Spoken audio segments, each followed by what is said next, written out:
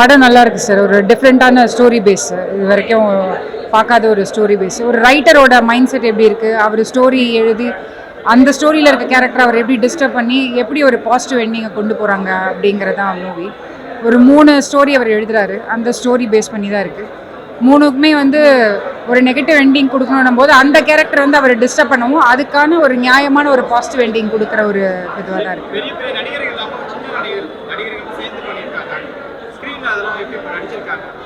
எல்லாருமே காஸ்டிங் எல்லாமே நல்லா பண்ணியிருக்காங்க. நம்ம எவ்வளவோ பெரிய பட்ஜெட் மூவிலாம் பார்த்து நம்ம ஸ்பெண்ட் பண்ணணும். இந்த மாதிரி சின்ன பட்ஜெட் மூவிக்கு இந்த மாதிரி நல்ல மூவிஸ்க்குலாம் கண்டிப்பாக நம்ம சப்போர்ட் பண்ணணும். வாரம் ஒரு எவ்வளோ மலையாள படம்லாம் ஓடிடியில் ரிலீஸ் ஆகுது. நம்ம இந்த மாதிரி எடுக்கிற சின்ன பட்ஜெட் மூவியை கண்டிப்பாக தியேட்டரில் பார்த்து சப்போர்ட் பண்ணணும். மூவியும் நல்லா எங்கேஜிங்காக நல்லா இருக்குது சார். இந்த ஒரு மெய்டோட இது, அதுக்கப்புறம் ஒரு பொண்ணு நீட்டுக்காக எழுதுறதுக்காக கஷ்டப்படுறாங்க. ஸோ அதெல்லாம் கொஞ்சம் எமோஷ்னலாக நல்லா இருக்குது. அந்த ரவுடி கேரக்டர் இந்த கோழி பிடிக்கிற சீன் ஒரு இது எக்ஸ்பிளைன் பண்ணுவார். அவர் பெரிய ஆக்டர் தான், அது பண்ணுவார். அந்த சீன்லாம் நல்லா இருக்குது. அதுக்கான எண்டிங்கும் நல்லா கொடுத்துருந்தாங்க.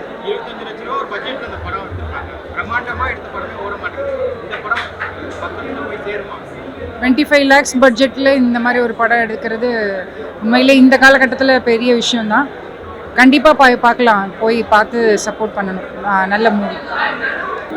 மாயக்கூத்து படம் பேர். ரொம்ப நல்லா இருக்குங்க படம். நான் ஜென்ரலாக வந்தேன். நான் இந்த படத்துக்காக வரல, நான் வேற ஒரு படத்துக்கு வந்தேன். நம்ம ஃப்ரெண்டு சொன்னார் நல்லா இருக்குது படம், வாங்க உள்ளே போகலாம் அப்படின்னாரு. சரி ஓகேன்னு போனேன். இதில் என்னுடைய ஃப்ரெண்டு மாயக்கண்ணன், நாகராஜ் கண்ணன் ஒருத்தர் நடிச்சிருக்காரு.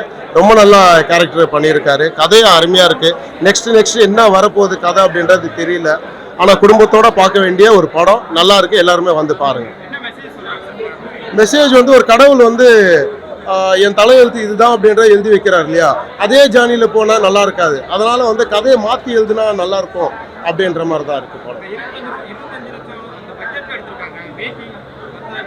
லோ பட்ஜெட் படம், ஆனால் சூப்பராக எடுத்திருக்காங்க. இன்னும் இந்த மாதிரி நிறைய படம் கொடுக்கணும்ன்ட்டு நான் ஆசைப்படுறேன்.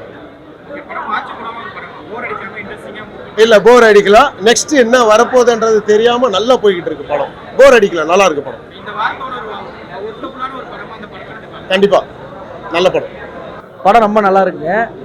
எல்லாருமே பார்க்கலாம். கொஞ்சம் ஸ்லோவாக போகிற மாதிரி இருக்கும். பட் ஆனால் கதைக்கு ரொம்ப இம்பார்ட்டன்ஸ் கொடுத்து கேரக்டர்ஸ் எல்லாமே சூப்பராக பண்ணியிருக்காங்க.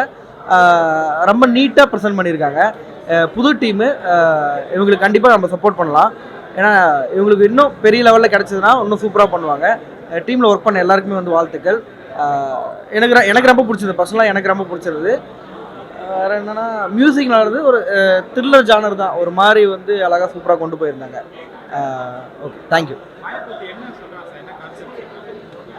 கான்செப்ட் பார்த்தீங்கன்னா ரைட்டர் ஒரு கதை எழுதுறாரு. ஸோ அந்த கதாபாத்திரங்கள் அவங்களுக்கான நியாயத்தை அதே யார் என்னை டிசைன் பண்ணாங்களோ அவங்ககிட்டே கேட்குது. ஸோ அதில் அதுக்குள்ளே இருக்க ட்விஸ்ட் அண்ட் டர்ன் தான் ஃபுல்லாக படம். இப்போ நம்மளை படைச்சது கடவுள்ன்றோம். கடவுள் இப்போ என் வாழ்க்கை ஏன் இப்படி இருக்குது அப்படின்னு கடவுள்கிட்ட முறையிடுவோம்ல. ஸோ அந்த மாதிரி ஒரு பெர்ஸ்பெக்ட்லேருந்து அதை நம்ம பார்க்க முடியாது, நம்ம ரியல் லைஃப்பில் பார்க்க முடியாது. பட் இது ஒரு கதையில் அந்த கதாபாத்திரங்களுக்குள்ளே நடக்கிற சுவாரஸ்யமான ஒரு விஷயங்கள் தான். அது எந்த அளவுக்கு நியாயமாக இருந்தால் எப்படி ப்ரெசென்ட் ஆகுது, அநியாயமாக போனால் அவங்களுக்கு எந்த அளவுக்கு பாதிப்பு வருது அப்படின்றது தான் கதை. ரொம்ப அதை அழகாக சூப்பராக கொண்டு போயிருந்தாங்க. எல்லாருடைய ஆக்டிங் ரொம்ப நல்லா இருந்தது. ஒரு பெரிய ஆர்டிஸ்ட் பண்ணியிருந்தாலுமே இந்த படம் வேறு மாதிரி போயிருக்கும். ஆனால் சின்ன ஆர்டிஸ்ட் பண்ண போகும்போது டேரக்டர் ஃபுல் ஃப்ரீடம் கிடச்சிருக்குன்னு நினைக்கிறேன். அவருக்கு கொஞ்சம் கம்ஃபர்டபுளாக ஈஸியாக நல்லா ஒர்க் பண்ணியிருக்காங்க.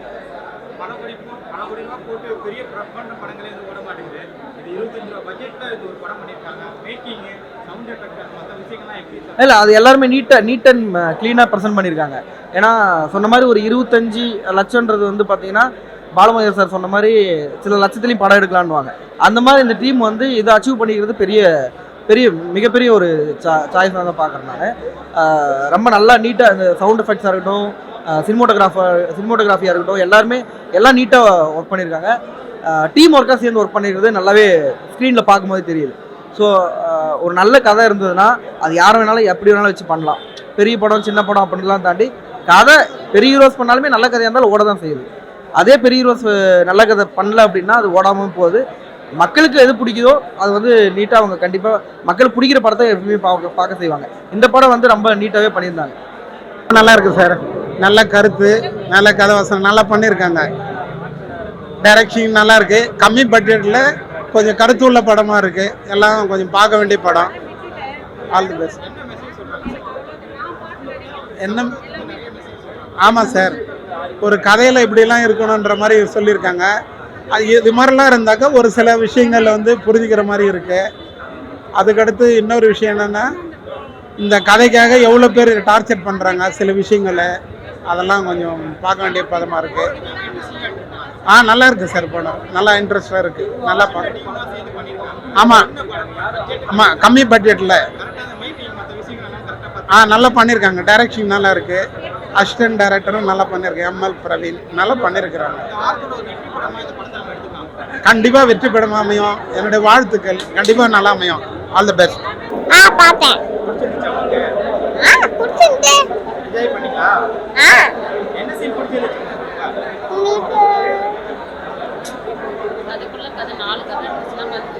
அதுக்குள்ளே 4 கதைச்சுன்னா பாத்துக்கோங்களேன். எத்தனை கதை? நான் ஒரு படம் பார்க்க வந்து 4 படம் பார்த்துட்டேன்.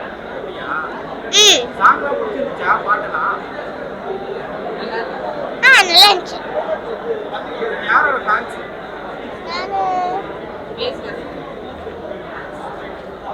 ஓகே, நீங்க என்ஜாய் பண்ணீங்களா?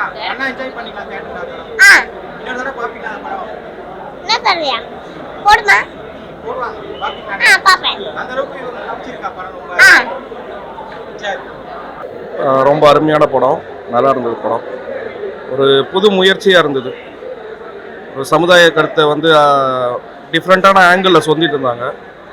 ஒரு படத்துக்குள்ளே ஒரு படம் அப்படி தான் பார்க்கணும்.